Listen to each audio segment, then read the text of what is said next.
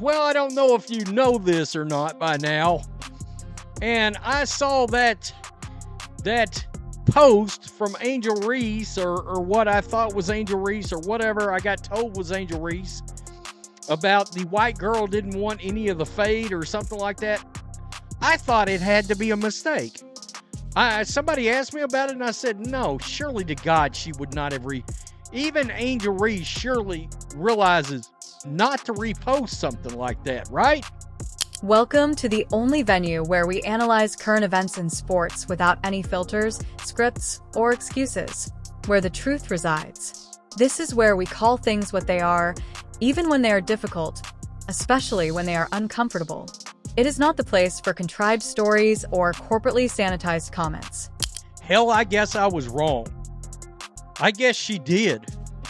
And so now that I'm really starting to look into this, I'm like, God, not only is this real, but you've got media members that actually do try to hold the WNBA to some kind of responsibility. They're talking about there's no room for hate, this and that and the other one.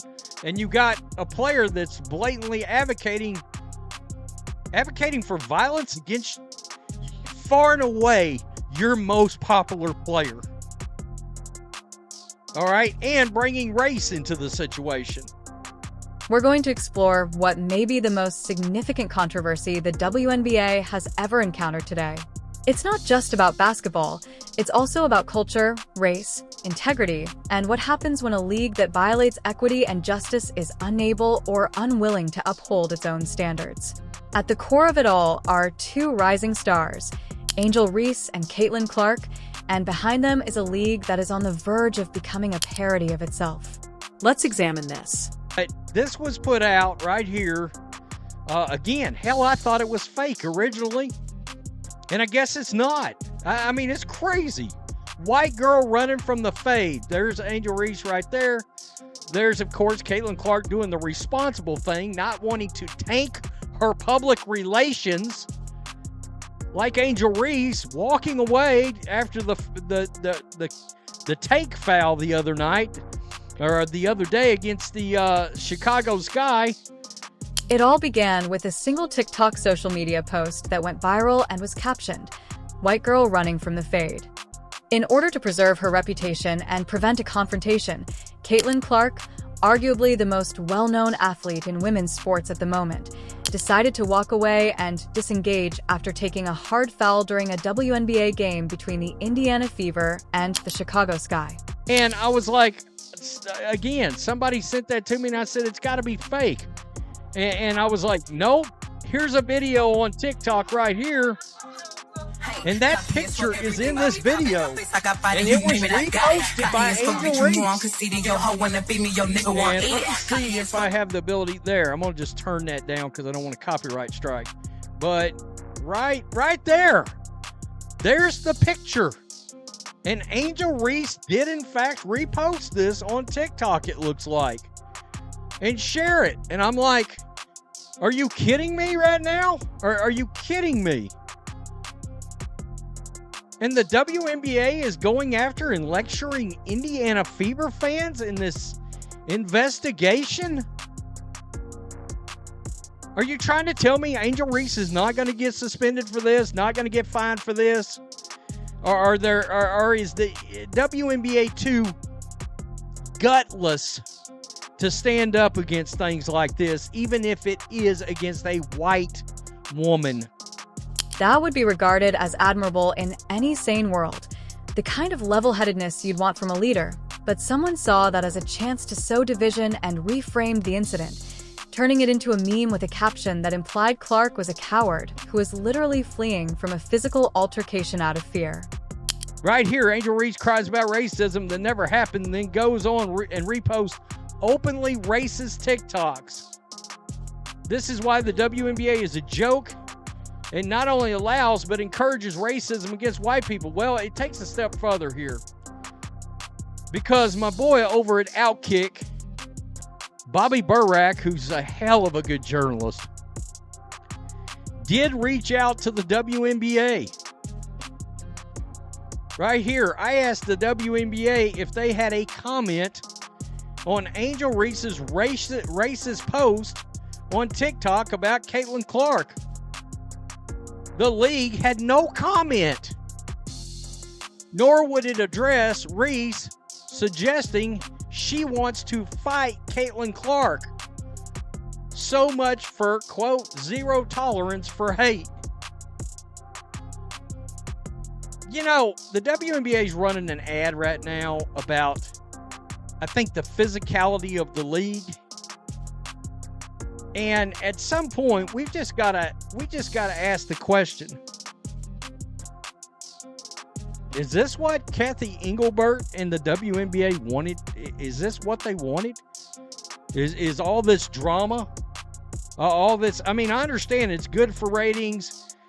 Maybe the commissioner's sitting back and she's secretly smiling about this or whatnot, but you're still targeting the fan base that's funding this whole thing in the Indiana Fever. And one of the league's biggest names, Angel Reese, who has millions of fans and a huge public platform, reposted it. She didn't qualify it. She didn't deny it. She amplified it. And that's when everything changed. To fully comprehend the significance of this moment, you must comprehend who these players are. Not just another rookie. CaitlinClark is a phenomenon, a ratings powerhouse, and a cultural lightning rod. She filled arenas nationwide in a league that, prior to her arrival, frequently struggled to sell out 30,000-seat gyms. She also gave the women's NCAA championship more viewers than the men's final for the first time in history. When Angel Reese reposts a racist video mocking CaitlinClark, the symbolism doesn't just exist in the moment. It echoes through the culture and says something much deeper. When the WNBA does nothing about it, they are also making a statement, whether they realize it or not. Angel Reese represents a wave of young Black athletes reclaiming the narrative and refusing to be boxed into anyone's mold of acceptable behavior. She became a household name during LSU's championship run and has built a strong fan base by owning her image and voice. All right. They're the ones grabbing the ratings. They're the ones paying up for the tickets, even on the road. And I've got to wonder, are you going to start seeing more empty seats even at CaitlinClark games? Because I can tell you this, just from what I can gauge, a lot of Fever fans are already sort of fed up. All right, they're already sort of fed up. And you could hear it from the crowd. The crowd said that they, I guess, Cathy Engelbert came over and lectured the crowd prior to the game the other day. How about at Cathy Engelbert? Does she have any comment? If the at WNBA wants to be taken seriously, we should have transparency on these types of issues. Let's dissect this. The WNBA has long marketed itself as the League of Values, a league of inclusivity and accountability. They run campaigns about respect, preach unity and togetherness, and highlight their diversity as a point of pride. So why is it that every time fans shout something deemed inappropriate, whether it's truly offensive or just inconvenient, the league launches an investigation? When critics challenge the narrative, they are called bigots or misogynists. However, when a player with significant influence reposts something blatantly targeting another player and bringing race into the equation, the WNBA acts as if it never happened. There is no statement, no disciplinary action, not even a public warning. Nothing that's not leadership, that's cowardice masquerading as progress. The WNBA is officially having their Jussie Smollett Bubba Wallace hoax situation. Right here, right now. You're watching it. And there's other things going on like this being shared by Angel Reese. WNBA's turning a blind eye to it. Do they not realize, look, if you want to be taken as a, number one, if you want to keep all these new fans around, and you want to be treated like a real sports league, you've got to start taking things like this seriously and quit worrying about going after somebody because they made a crack about Brittany Griner being arrested in Russia. sports fans are going to go after Brittany Griner over that. They're going to heckle her over that. I heard that yesterday and was like, are you kidding me? Fact, Brittany Griner got arrested in Russia for cannabis oil, which is illegal in Russia. You expect sports fans to not literally heckle her with that during a game? Have you ever been to a Raiders game, an Eagles game? You gotta be kidding me. Let's act out this scenario in reverse. Black girl can't handle the smoke is the caption on a video that CaitlinClark posted. You know precisely what would occur. There would be a national outcry, many articles, demonstrations, calls for suspension, brand deals being canceled, and ESPN would cover it for a week. Social media would be flooded with activists, and with good reason. That would be deeply inappropriate, offensive, and provocative. So why is it allowed when the opposite is true? It's uncomfortable. Although it is unacceptable, some people act as though it is because they're scared to confront the unfairness of the system and worry about being labeled racist, even when they are pointing out instances of racism. Let's be quite clear. Racism is racism. Neither the history of oppression nor frustration can legitimate it. No matter the situation, attacking someone based solely on their race is not empowerment. And the WNBA must stop treating morality like a buffet where you can only choose what serves your interests if it hopes to be respected as a professional league. Now, let's discuss the individuals that genuinely keep the fans' lights on. Among the most devoted and active WNBA supporters are those of the Indiana Fever. They attend games, travel, chant, show their support, and ask for rewards. Warnings about disrespect and contempt in the midst of an investigation into what now seems to be a wholly baseless accusation of racism. Commissioner Kathy Engelbert reportedly spoke to the Fever supporters prior to a recent game about their behavior and tone rather than about encouraging them to cheer more or show love. Meanwhile, Angel Reese posts racially offensive content and is not held accountable. A PR degree is not necessary to understand why this is an issue. The absurdity of the situation is best expressed by a joke. You don't need a background in marketing to comprehend what happens when supporters begin to feel insulted by the league they support. All you need is common sense. If this keeps up, you'll see empty seats again, even at CaitlinClark games. Yes, it's a joke. Recently, a satirical page published a phony headline. The WNBA's decision to outlaw jeering was a joke and a parody, but the trouble is that hundreds of people took it seriously since it seemed like something the WNBA would genuinely do. Somebody, NBA Centel, which is a parody site, a satire site, shared a fake post about the WNBA banning booing. All right? At first glance, I saw it and was like, well, I can't believe it took them this long. And then I saw who posted and was like, okay, good. But that just tells you it got a lot of people. That post, a lot of people thought it was real. Because at this point, we're expecting the WNBA to literally do something absurd like ban booing in a sports league. When people believe that your league would forbid jeering at something that is actually a part of the sporting experience, you are no longer seen as a professional enterprise. That is how far the league has devolved. Satire has turned into prophecy, and the distinction between reality and farce has entirely vanished. You're a punchline.